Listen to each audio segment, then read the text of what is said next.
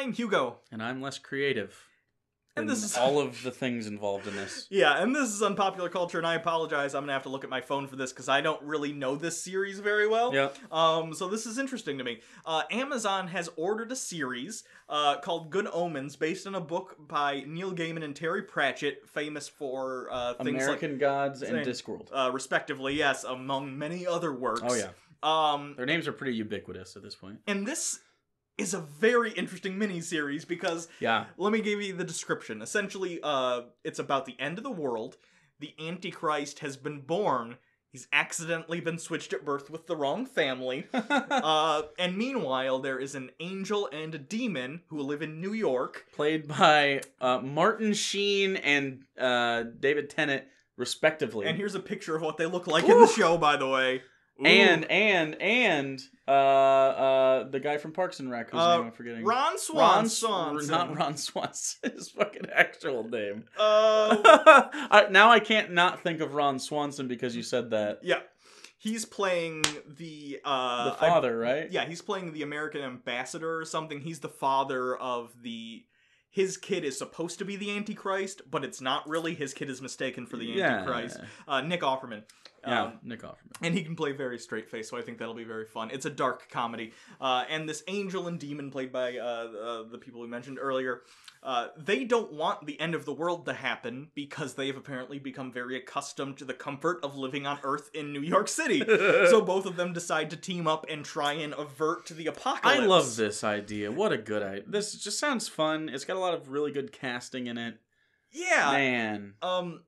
And on top of that, you haven't seen American Gods, but Showtime's not a lot of it. American Gods, which has a concept that's not the same, but again, it deals with sort of... written by Neil Gaiman. Yeah, it deals with deities and stuff. So interesting, and visually, it's one of my favorite shows of the last year. I'm so excited to see what they're going to do with this. There's also apparently in this story, the Four Horsemen of the Apocalypse show up at some point. I don't know what their roles are, but apparently... Do we know who's cast? No, I don't believe we know yet, but they're supposed to have very distinct personalities that people who read the book find very interesting. Again, Gaiman did that Sandman series too, which again, he really likes tackling...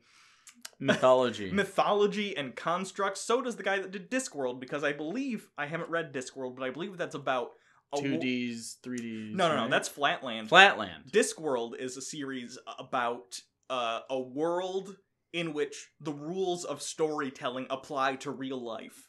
Oh. And everyone knows it. Like, that's just how the world works. Like, heroes defeat evil in the end because that's how literary law works. This is how this works. It's weird. Essentially the world of literature. That's so meta. Yeah.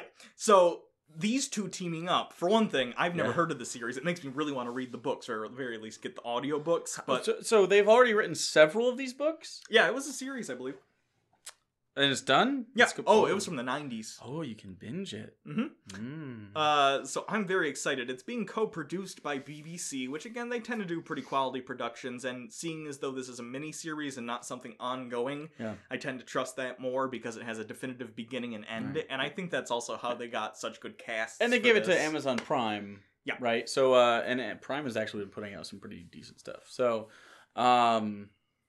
I'm on board with this. I want to watch it. I do have Amazon Prime, so I will be watching it when it airs. Is it going to come out all at the same time, like a Netflix, or do they do episodic, like Hulu and the new David Letterman show on Netflix has been episodic. I believe Chelsea Handler had an episodic Netflix. I love just when they pop up. By the way, Jessica Jones is coming out soon. I know. Amazon Prime tends to do things all at once. I know when The Tick came out and Transparent, which is another... Have you seen Transparent? Yeah, I did. The guy got fired. Yeah, I think so. Didn't he? No, he got fired, yeah. Oh, did he? I don't know if... They're still doing Arrested Development Season 6 or whatever on Netflix, though, with him, apparently. Ooh. Anyway, let's see the rest of the cast for this show, because it's actually pretty good, aside from the people we've already talked about as well. Editing magic. Mark Gatiss is in it. Of course, Mark Gatiss is in it. It's a BBC production. He plays Harmony. Can he be killed? I don't know. Okay. Oh, John Hamm is in it. Yeah, you mentioned John Hamm. John Hamm is playing the Archangel Gabriel. I can't think of my favorite John Hamm role. Oh, Derek Jacobi, who played the Master in very briefly. He's playing Metatron. I don't know what that is. That's a demon. I know this because there's also a Crosley, right? Crosley's the name of the demon. Oh, Michael McKean, who was playing someone named Shadwell, who's really good in Better Call Saul. I don't remember if Michael McKean won an Emmy for Best Supporting Actor for last season of Better Call Saul, but if he didn't, he should have. He was robbed. Anyone else interesting? I think that's about it. I might recognize some of those people, but I'm gonna watch it. Yeah, basically is the point. I just want people to be aware of this because I'm excited. If you've seen American Gods, I think the showrunner for American Gods might be leaving for season 2. The same guy that did. He's really good. He was originally doing Star Trek Discovery and then he left. Oh, I don't remember his name. Shit! What other show did he do? That was so good. No, I have no Hannibal, the guy who did Hannibal. Oh, Hannibal was good. I didn't see a ton of it, but I love Mads Mikkelsen. Yeah, he did American Gods, and that was so good. You know what I like? I really like these high-end actors doing these series. You know why? It's because they can make more money doing it now. The production's so high. It's not even just that. I think that a lot of actors now, and I think audiences do as well, sort of the landscape of television versus movies has shifted. Television used to be episodic, single, or not episodic. It used to be single, one-shot and you had to cram things. them out, so the acting didn't have to be high quality. And movies used to be just like one thing. Now it's like TV shows can be sort of their own individual things, like Breaking Bad. Is that the one that changed it? I think it's either Mad Men? No. Way before that, Sopranos. Well, yeah, but I'm saying even before that, Oz on HBO. Sure, and The Wire, but I'm saying like all of those happened on home box office.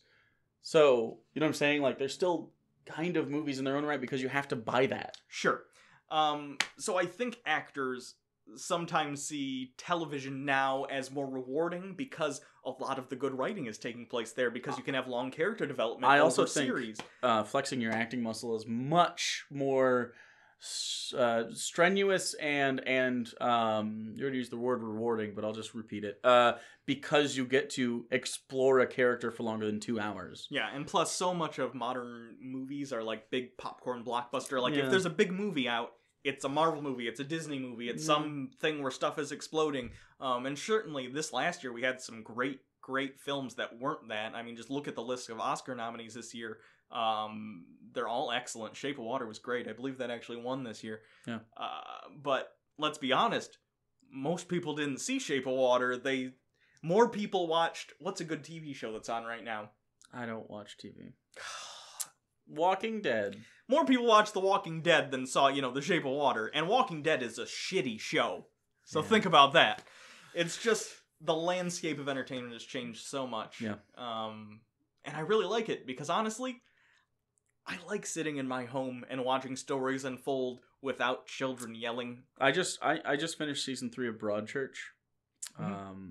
Recently. I binged it in like a night and a half. It's just one of those things where you just get to see like some great actors. David Tennant. I forget the she was also Prisoner Zero. I know who she is. I could picture her.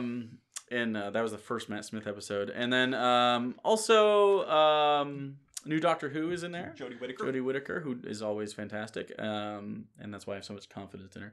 But yeah, it's really nice to get these really well acted things. I have to catch up on Better Call Saul, but Breaking Bad's my all-time favorite series. Although you said if you get another good season out of Saul, you're probably switching. I don't know about switching. They're just their own different things. I know, but like one's got to be number one. Breaking Bad is probably going to remain number one just because it's so tight. Like every single episode is useful. Like there's no filler episode, you know what I'm saying? So is Better Call Saul. You really got to. I really like the first season. Breaking Bad continued to get good, and so has Better Call Saul. But I think Better Call Saul had a little bit of a leg up that it started with higher quality than the first season of Breaking Bad because the people working on it had already had so much experience. The pilot episode of Breaking Bad is very different than the body of the. Yeah. So overall, very excited for this series. Yeah. Check out for the next year or so. Whenever it comes out, we might do a review of it. If it's good or if it's bad. Yeah. Do we want to do some other honorable mentions for stuff real quick, just at the end of this video, because there's a lot of stuff that I don't think deserves its own video. Such as the new show that Patton Oswalt's on, that the guy from Always Sunny is on. He plays the teacher.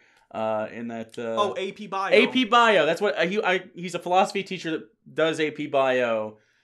What a great show! I think he was born for that role. It's like he's playing Dennis again.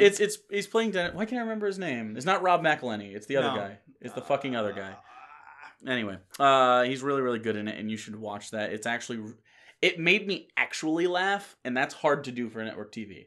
Like several times. I watched 2 episodes in a row, and both of them were just like actual chortles. Okay. Because the sax joke. That was great. Well, play Broad Street. Oh, what's Broad Street? You'll know. You'll know. And then he plays it.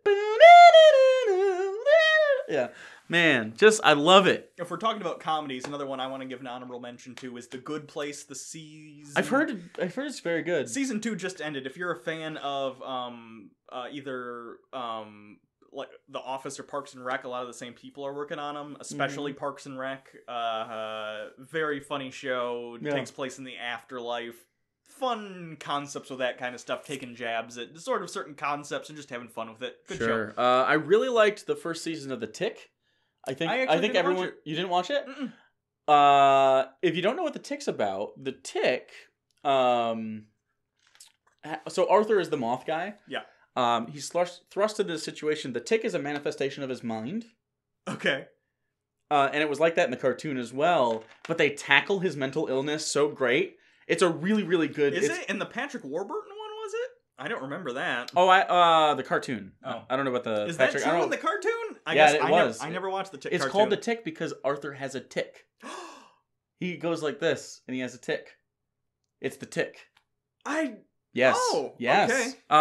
And I definitely know, because they played on Comedy Central, I believe, back in the day. Could be wrong. Wherever the Tick was broadcast. But, yeah, it's really, really good. And I forget the actor's name who plays Arthur, but he does a really good job, and he's good to follow on Twitter. Okay. As far as really just great shows, Legion Season 2 is coming out soon. Still haven't seen Season 1, have you? No. Aubrey Plaza doing amazing work on that show. I like Aubrey Plaza. She's... Oh, man.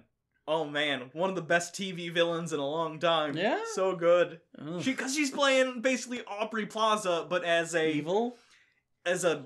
Like an omnipotent evil mutant force, basically. Good for Aubrey Plaza being low-key creepy hot. Yeah! Good for her. Yeah. She was really good in have you seen Safety Not Guaranteed? There's another one she just did. Ingrid Goes West, another really great movie from the last year she starred in. She was also in that. I didn't see this movie, but she plays a member of a group of nuns, and it's very anti-Catholicism. Okay. Like we're nuns, and we just oops, we shouldn't have done that. It's kind of fun. I forget the name of it, but it's supposed to be really, really funny, and the Dove Foundation hated it, so it must be good. Okay. I'm trying to think, is there anything else? Are there any good Netflix originals that have come out recently? What's that? Something Carbon? I haven't seen it. I heard it's very actiony, so if you're into that, I guess maybe that's good. I mentioned this recently. This is the Black Mirror Season 5. It did get renewed. Yep. We were talking about in our last review of that maybe it was the finale, but no, it did get renewed, so cool. Yeah. The Unabomber is a good series that you should watch. I don't know when that came out, but no one watched it. You should watch it. It's on Netflix. I think that's it for my honorable mentions right now, because none of those really deserve its own shit, but man. Oh, the Joel McHale show with Joel McHale on Netflix. If you were ever a fan of The Soup, it's just The Soup. The Soup is back on Netflix. And my next guest needs no introduction with David Letterman is amazing. Okay, I haven't watched that. Barack Obama and George Clooney are the only 2 guests so far that they filmed, and both of them basically David Letterman rents out a place. I don't know if he sells tickets or he just offers limited release free tickets. I don't know how it works at some place. Mm-hmm. And then he introduces the guest to the audience that night. Oh. And then he interviews them. And then on top of that, so the first one's Barack Obama, and on top of that, they do that along with like documentary footage of him walking around with Barack Obama doing stuff, or with George Clooney and George Clooney's family, and it's like a bio comedy interview. So, it's really fantastic. They've only done 2 so far. That must be good. It's not like on the schedule. It's just whenever he finds someone. I like that. And they don't. Really and like that. There's no. Well, because they don't want to announce who's going to be on. Sure. It's really good, and they're about 45 minutes to an hour, I think, each. I mean, just like I learned so much about George Clooney. It's amazing, and like it's really, really great. And I didn't know I like David Letterman as much as I do, but I really do. Okay. Yeah, it's a really good show. Check it out. Yeah. So that's it. Check out any or all, because man, we are. They said, like, I don't remember when the golden age of television was supposed to be. It's now. This is a golden age of television. It's great. Right before net neutrality hits, and everyone's fucked. All right. So everyone, until next time, I'm Hugo. I'm Jake. You got a lot of shows to watch. Get the fuck out of here. Yeah. Yep.